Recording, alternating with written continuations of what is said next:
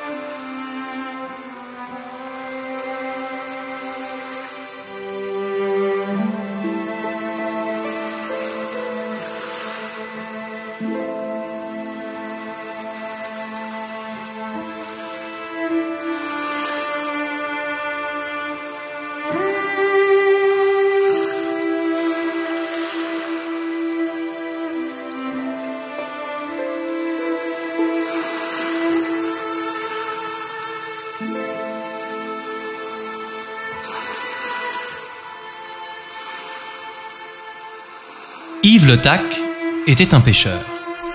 Chaque jour, il partait en mer sur sa barque et les phoques gris aux poils lisses dressaient la tête au-dessus des vagues pour le regarder. « Allez-vous-en » criait-il. « Je n'ai pas de poisson pour vous. » Parfois, il attrapait même un phoque dans ses filets. Alors, il tuait l'animal et vendait sa fourrure. Par un beau matin d'été, quand Yves le Tac voulut remonter ses filets, il ne put les soulever tellement ils étaient lourds.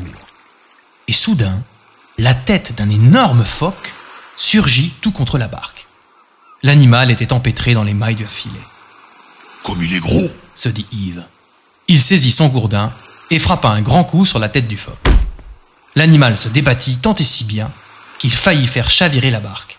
Le pêcheur frappa encore, par 2 fois, mais le phoque réussit à déchirer le filet, il plongea et disparut dans l'eau. Ce soir-là, de retour chez lui, Yves enrageait d'avoir laissé échapper le phoque. « Quel beau manteau on aurait pu faire avec sa fourrure !» se disait-il. Le feu brûlait doucement et Yves finit par s'endormir sur son fauteuil. 3 coups frappés à la porte le réveillèrent brusquement. « Qui est là ?» demanda-t-il.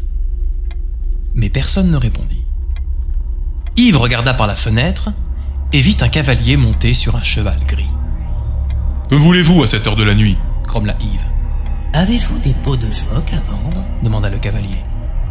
Son visage était dissimulé par un chapeau à large rebord et il était drapé d'un grand manteau noir qui descendait presque jusqu'au sol. « J'achète à n'importe quel prix, » ajouta-t-il.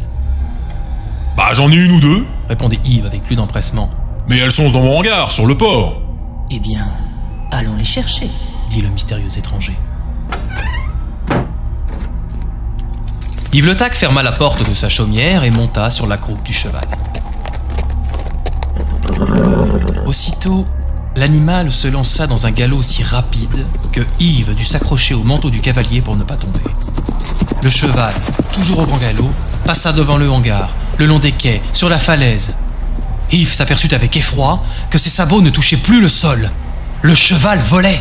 « Au secours ! Au secours !» cria Yves, mais personne n'entendit ses appels. Yves ferma les yeux. Le rugissement des vagues se fit de plus en plus proche jusqu'au moment où le cheval plongea dans les profondeurs de l'océan.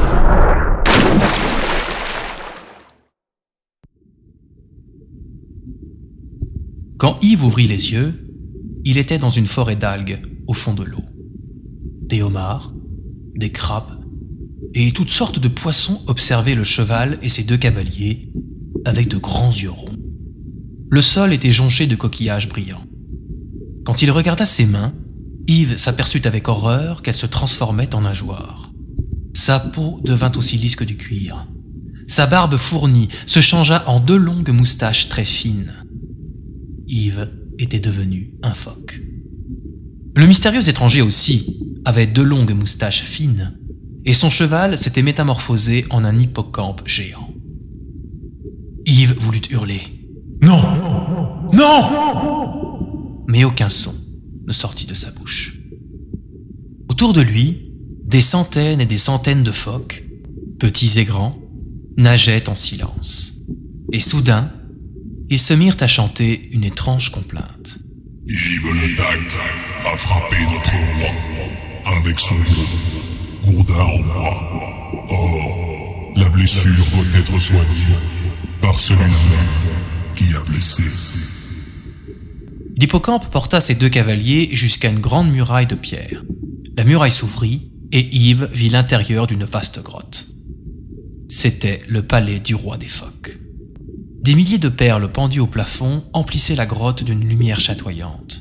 Par terre, un tapis de sable multicolore menait à un trône en nacre. Et sur ce trône était assis le roi des phoques, entouré de grands phoques aux allures menaçantes. Le roi avait le crâne bandé.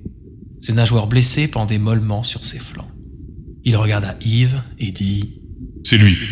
Il a essayé de me tuer. » Yves avait honte. Et surtout, il avait peur. Si les phoques voulaient le punir de sa cruauté, ils pouvaient le déchiqueter avec leurs dents pointues. Mais ils se remirent à chanter. Yves le Tac, c'est bien toi qui as frappé notre roi. Tu dois maintenant le guérir, toi qui le fais tant souffrir. De grosses larmes coulaient sur les joues du roi des phoques et formaient une flaque au pied du trône. « Guéris-moi, Yves le Tac, supplia le roi. J'ai tellement mal à la tête que je ne peux porter ma couronne. » Sans bien savoir ce qu'il faisait, Yves s'approcha du roi des phoques et, par 3 fois, effleura les blessures avec ses nageoires. Aussitôt, le roi fut guéri. Il défit son bandage et s'écria « Je suis guéri! Je suis guéri !» Tous les phoques se mirent à danser et entraînèrent Yves dans leur joyeuse farandole. Mais quand le roi commença à parler, ils s'arrêtèrent immédiatement. « Yves le Tac, dit le roi, puisque tu m'as guéri, je t'invite à rester parmi nous, au royaume des phoques, et à vivre jusqu'à la fin de tes jours dans ta peau de phoque. » Je préférerais retourner parmi les hommes, répondit Yves d'un ton un peu embarrassé. Je vous remercie quand même. Très bien, fit le roi. Mais avant de redevenir un homme, tu dois promettre de ne plus jamais essayer de tuer un phoque. Je le promets, jura Yves. Alors la grotte disparut, et Yves se retrouva devant la porte de sa maison. Il courut se regarder dans une glace. Oui, il était à nouveau un homme. Un homme heureux. Le pêcheur ne sut jamais s'il avait rêvé cette nuit-là, mais à dater de ce jour, il se rendit tous les dimanches au bord de la falaise pour donner des poissons aux phoques. Et quand il prenait un phoque dans ses filets, il le libérait bien vite et lui demandait de transmettre pour lui ses amitiés à son roi.